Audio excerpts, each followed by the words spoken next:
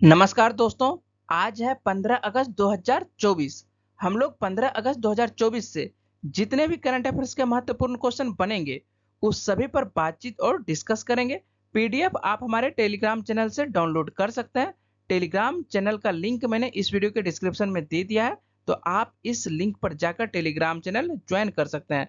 चलते हैं हम लोग पहले क्वेश्चन पर। पहला क्वेश्चन है, भारतीय स्वतंत्रता दिवस कब मनाया जाता है? तो भारतीय स्वतंत्रता दिवस जो है 15 अगस्त यानी आज के ही दिन मनाया जाता है।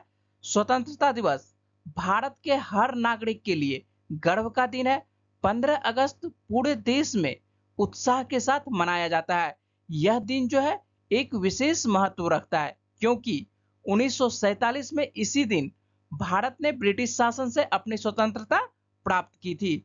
स्वतंत्रता दिवस जो है हमें उन वीर शहीदों को याद करने का अवसर प्रदान करता है जिन्होंने देश की आजादी के लिए अपने प्राण न्योछावर कर दिए थे। यह दिन भारतीय संस्कृति, संविधान और स्वतंत्रता के महत्व को समझने का भी अवसर प्रदान करता है। इसके साथ ही यह दिन हमें देशभक्ति के साथ आगे बढ़ने की प्रेरणा देता है ताकि हम अपने देश को और अधिक समृद्ध और सशक्त बना सके। नेक्स्ट क्वेश्चन है, भारत इस साल अपना कौन सा स्वतंत्रता दिवस मना रहा है? तो भारत जो है इस साल जो है 78वां स्वतंत्रता दिवस मना रहा है।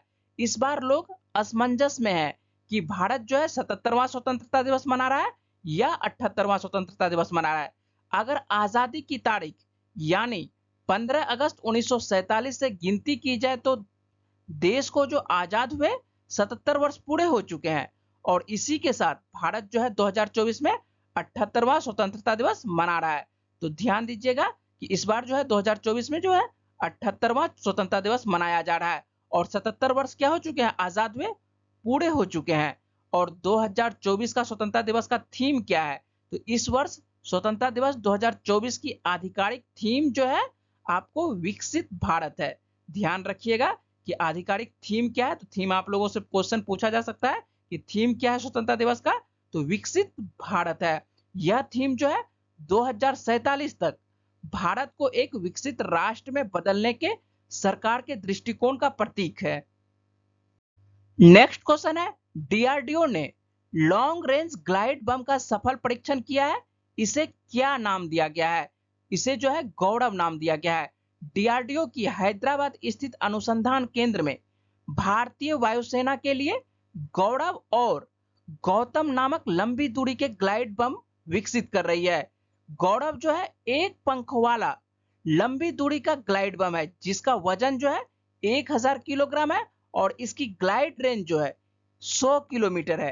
तो ध्यान रखिएगा, गौरव जो है एक पंखों वाला लंबी दूरी का ग्लाइड बम है जिसका वजन जो है 1000 किलोग्राम है और इसकी जो रेंज है 100 किलोमीटर है। और इसी के साथ गौतम बम जिसका वजन 550 किलोग्राम है और यह जो है एक गैर पंख वाला लंबी दूरी का ग्लाइड बम है जिसका रेंज जो है आपको 30 किलोमीटर है। आप ध्यान रखिएगा, गौतम क्या है, एक गैर पंख वाला लंबी दूरी का ग्लाइड बम है और इसका जो रेंज है आपको 30 किलोमीटर है, जबकि गौरव का रेंज कितना है, आपको 100 किलोमीटर है और यह जो है एक पंख वाला ग्लाइड बम है। आइए हम लोग जानकारी प्राप्त कर लेते हैं लंबी दूरी के ग्लाइड बम के बारे में।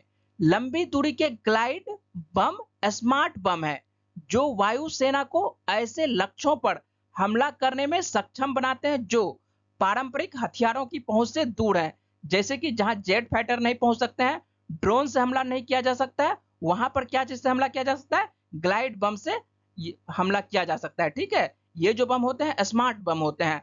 उन्हें लड़ाकू विमान द्वारा दुश्मन की वायु रक्षा प्रणाली से सुरक्षित दूरी पर रहते हुए जो है गिराया जाता है। यह बम जो है लड़ाकू विमान से गिराए जाने के बाद अपने पंख फैलाते हैं और ऑनबोर्ड उपग्रह नेविगेशन प्रणाली के द्वारा अपने लक्ष्य तक निर्देशित होता है। इस तरह के बम जो है किसी भी वायुसेना के लिए बहुत उपयोगी होती है। इन बमों को रडार पर पकड़ना बहुत ही कठिन होता है। इनकी इन रणनीतिक खूबियों के कारण डीआरडीओ भारतीय वायुसेना के लिए लंबी दूरी का ग्लाइड बम विकसित कर रहा है। ठीक है, और ये जो आप तस्वीर देख रहे हैं ये गौरव की तस्वीर है और ध्यान दीजिए यहाँ पर जो आपको दिखाई पड़ रहा है इसमें देखिए पंख दिखाई पड़ रहा है, ठीक है। तो गौरव में आपको क्या दिखाई पड़ेगा, ये पंख दिखाई पड़ेगा। और ये जो है जब जेट फाइटर से गिराया जाता है तो ये जो पंख है यहाँ पर देखिए, ध्यान दीजिए यहाँ पर आपको लिख दिए हैं कि ये जो है अपने पंख फैलाता है और ऑनबोर्ड उपग्रह नेविगेशन प्रणाली के द्वारा अपने लक्ष्य तक ये निर्देशित होता है, ये पंखों के द्वारा निर्देशित हो जाता है, ठीक है।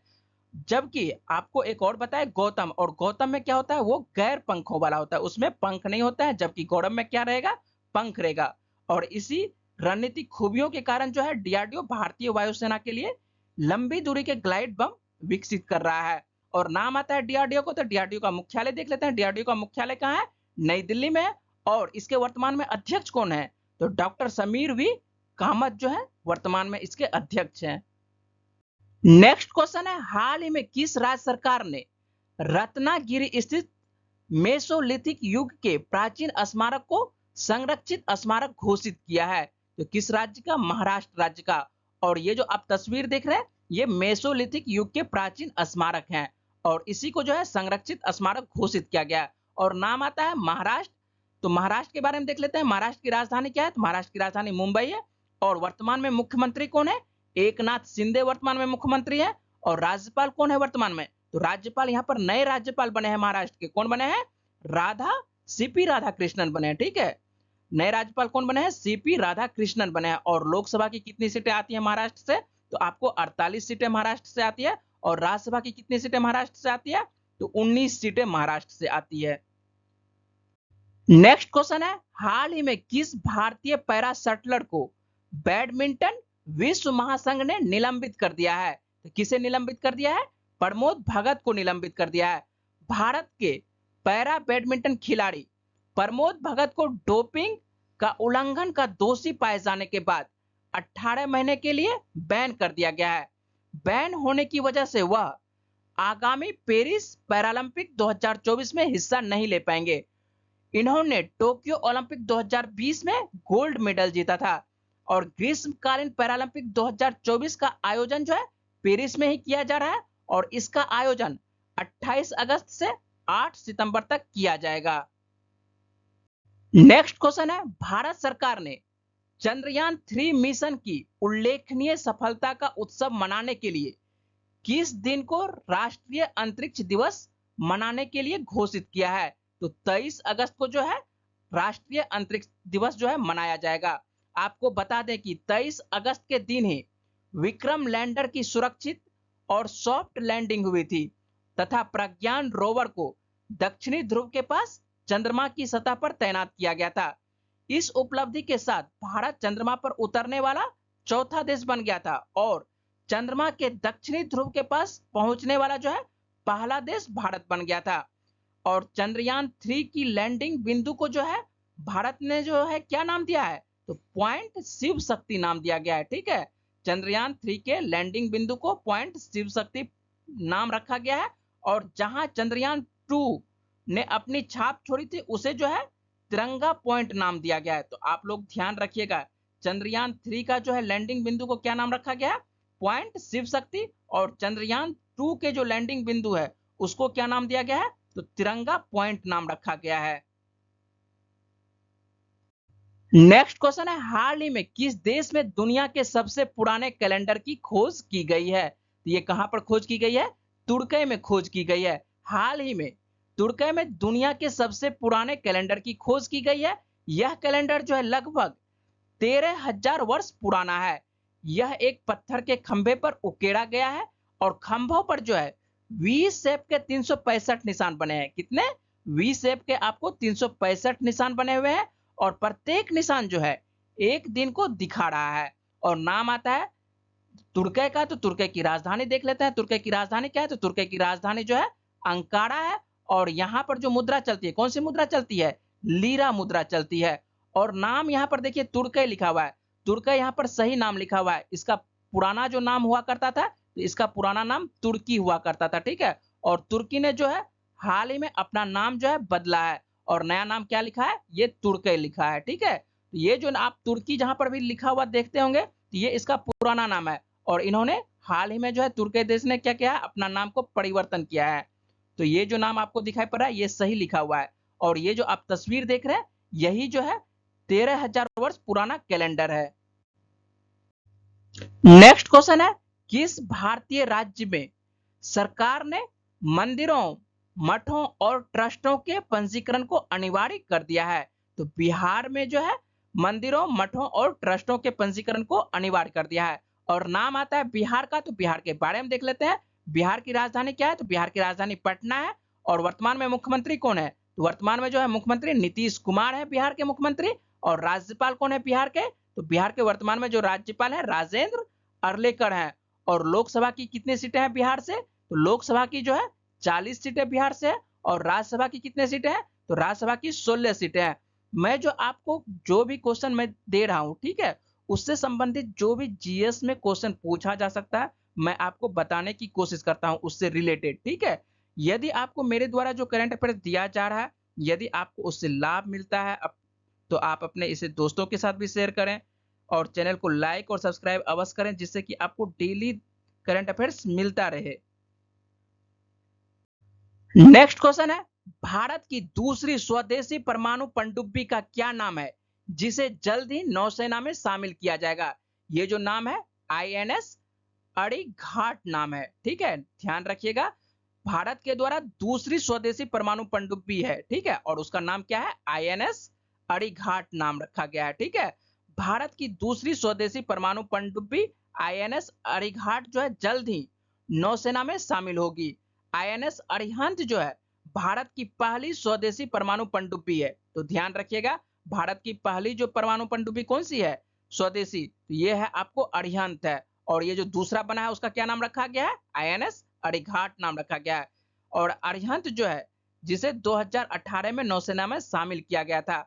और आईएनएस अड़ीघाट परमाणु ऊर्जा चालित बैलिस्टिक मिसाइल परमाणु पनडुब्बी है। तो ध्यान रखिएगा, जो आईएनएस अड़ीघाट है ये बैलिस्टिक मिसाइल पनडुब्बी है। और ये जो आप तस्वीर देख रहे हैं ये आईएनएस अड़ीघाट की तस्वीर है।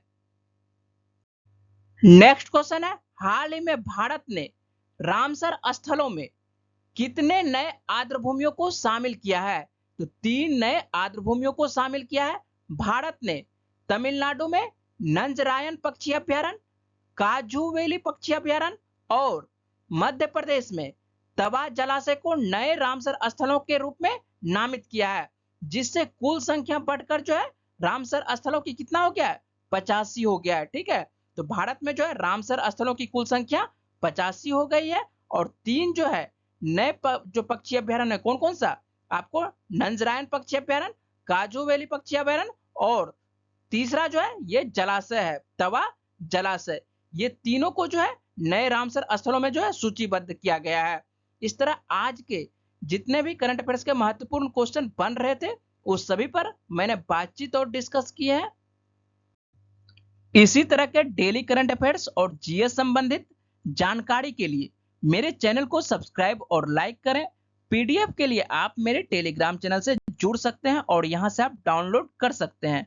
मेरे से जुड़ने के लिए आप सभी का धन्यवाद। नमस्कार।